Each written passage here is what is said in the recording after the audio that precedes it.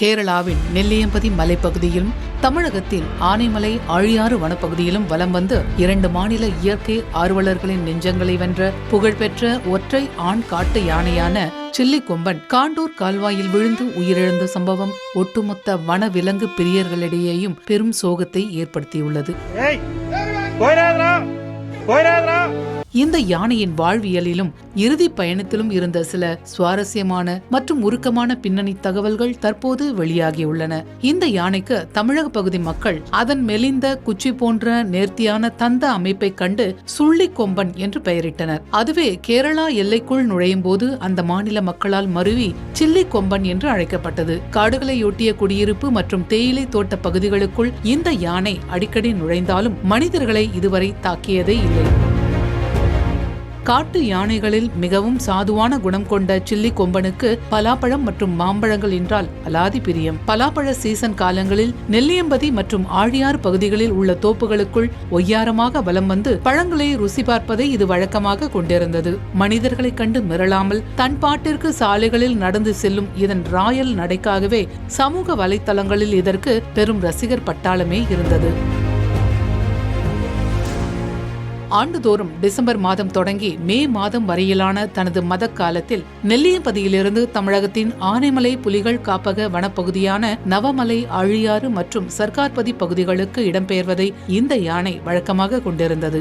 இந்த ஆண்டும் அதே போல கடந்த நவம்பர் மாத இறுதியில் தமிழக பகுதிக்கு வந்த யானை கடந்த ஏப்ரல் மாதம் மீண்டும் கேரளா திரும்பியது. ஆனால் வழக்கத்திற்கு மாறாக தனது வழக்கமான பயண பாதையை மாற்றி இந்த மாதத்தில் மீண்டும் தமிழக வனப்பகுதிக்குள் நுழைந்தது. எதிர்பாராத விதமாக அதுவே அதன் இறுதி பயணமாகவும் அமைந்துவிட்டது.